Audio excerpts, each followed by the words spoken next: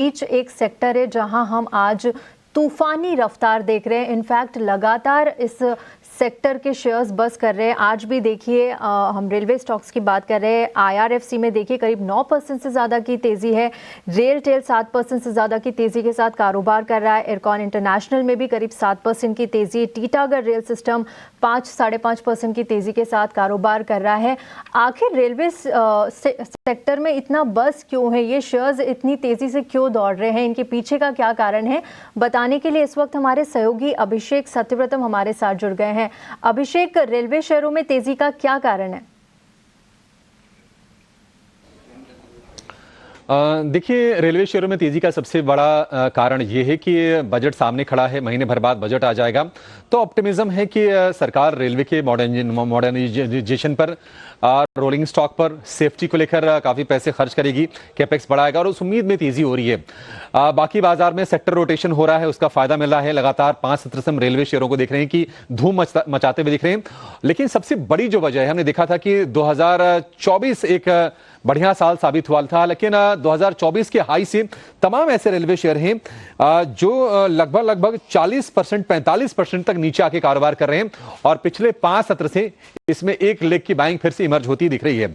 अब ये टिकट का किराया जो बढ़ा है साल में, हालांकि दूसरी बार है, ये ट्रिगर तो है, लेकिन उससे हम देखेंगे कि रेलवे को लगभग 600 करोड़ रुपए का अतिरिक्त फायदा होगा।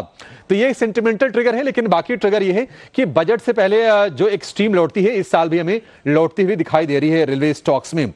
और जो किराया बढ़ेगा, 1 से लेकर 2 पैसे बढ़ रहे हैं नॉन एसी में, जिसमें कि जनरल कैटेगरी में हम देखेंगे कि 1 पैसे तक किराए बढ़ेंगे। एसी क्लास में 2 पैसे तक किराए बढ़ेंगे। 215 किलोमीटर से ज्यादा के डिस्टेंस पर ये सारी की सारी चीजें एप्लीकेबल हो रही हैं, यानी कि जो सीजन टिकट होगा या फिर छोटी दूरी में अगर आपको ट्रैवल करना है तो उस पर असर नहीं आएगा। लेकिन कुछ और ट्रिगर्स हैं रेलवे स्टॉक्स के लिए। जुपिटर वैगन जो कि बहुत चला है, अभी पिछले 4-5 सत्र में सबसे ज्यादा इनफैक्ट दौड़ा है शेयर ये। उसकी वजह ये रही कि इसमें प्रोमोटर होल्डिंग बढ़ने जा रही है, तो उसके लिए ट्रिगर ये है। और अगर आप 2024 की ऊंचाई से जो शेयर तेजी से गिरे हैं, आप देखिए आरवीएनएल करीब 39% टूटा, लेकिन 5 सत्र में 24% चढ़ गया है। इरकॉन 2024 के हाई से अभी भी 44% नीचे है, लेकिन पिछले 5 सत्र में करीब 23% का उछाल आ गया है। रेलटेल में 19% का, आईआरएफसी में 19% का, राइट्स में करीब 15% का, आईआरसीटीसी सबसे कम चला है, लेकिन 5% की तेजी यहां पर भी बनी है।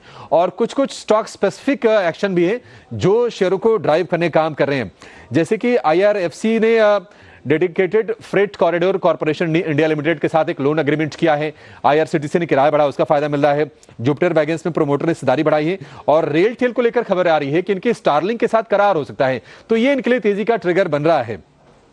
लेकिन सवाल यह है कि 2024 में क्यों दौड़े थे रेलवे शेयर? तो हमने देखा था कि सरकार ने रेल इंफ्रास्ट्रक्चर को लेकर भारी खर्च किया था, रेलवे कंपनीज को मजबूत ऑर्डर मिले थे। इसके अलावा हमने एंटिसिपेशन थी कि आगे जो अर्निंग्स होंगे वो बेहतर निकल के आएंगे, तो इसके चलते तेजी हुई थी। लेकिन वहां से भारी भरकम गिरावट हमने देखी है शेयरों में। और पिछले 5 सत्र से अब ये रैली चल रही है रेलवे स्टॉक्स में, हालांकि अभी भी अपने हाई से काफी ज्यादा नीचे रेलवे स्टॉक्स हैं। तो ये बजट को लेकर सेंटिमेंट जो बेहतर हो रहा है, उसके चलते बाइंग आ रही है। देखते हैं कि बाइंग कब तक चलती है।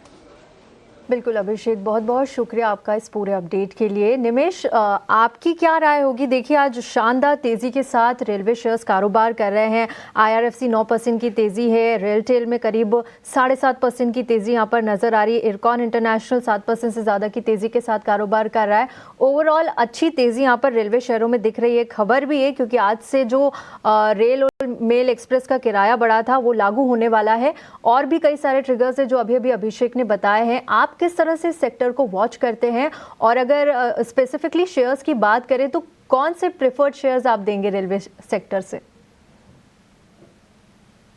देखिए त्रुटि, जिस तरह से रेलवे स्टॉक के अंदर हम लोगों ने 2024 के अंदर एक तेजी देखी थी, 2025 का पूरा साल जो है वो कंसोलिडेशन का या प्रॉफिट बुकिंग का रहा था। और अपने टॉप से एक अच्छा करेक्शन भी आ गया था। अंडरलाइंग थीम जिस तरह से 2024 में ये स्टॉक चले थे, जो रेल बूस्ट के लिए, रेलवे बूस्टिंग के लिए और इंफ्रास्ट्रक्चर बूस्ट के लिए, सेम चीज अभी ये बजट को लेकर मार्केट एक्सपेक्टेड है। और जिस तरह से अगर आप चार्ट स्ट्रक्चर भी देखिए तो काफी ओवरसोल्ड जोन के अंदर जो है वो ट्रेड कर रहे थे।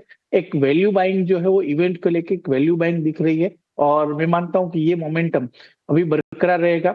आरवीएनएल का चार्ट स्ट्रक्चर मुझे काफी अच्छा लग रहा है। वेडनेसडे को हमारे मॉर्निंग शो के अंदर मैंने आरवीएनएल का short to medium term point of view से बाय रिकमेंडेशन भी दिया था और मुझे लग रहा है कि अभी भी ये स्टॉक के अंदर अगर कोई भी गिरावट आती है तो डेफिनेटली यहाँ से एक अच्छा कर सकता है।